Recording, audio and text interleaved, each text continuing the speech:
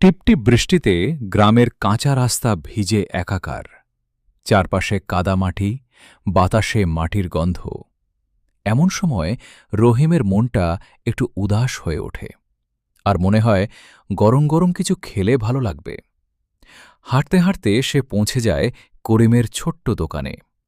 দোকানটা খুব বড় নয়, কিন্তু চুলোর ধোঁয়া আর মশলার ঘ্রাণ যেন সবাইকে টেনে আনে। করিম হাসিমুখে বলে, আজ নতুন করে চিকেন তন্দুরি বানানো হয়েছে।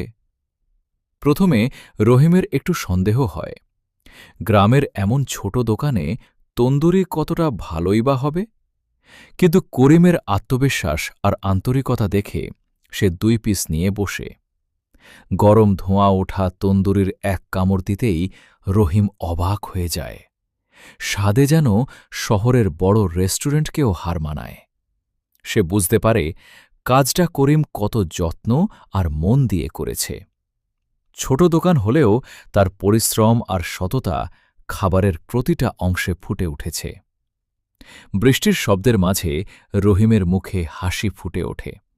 তার মনে হয়, জায়গা বড় না ছোট সেটা আসল বিষয় নয়।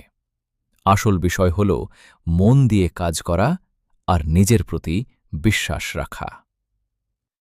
নীতিকথা: মনোযোগ, পরিশ্রম ও সততা থাকলে ছোট জায়গাতেও বড় সাফল্য অর্জন করা যায়। লাইক,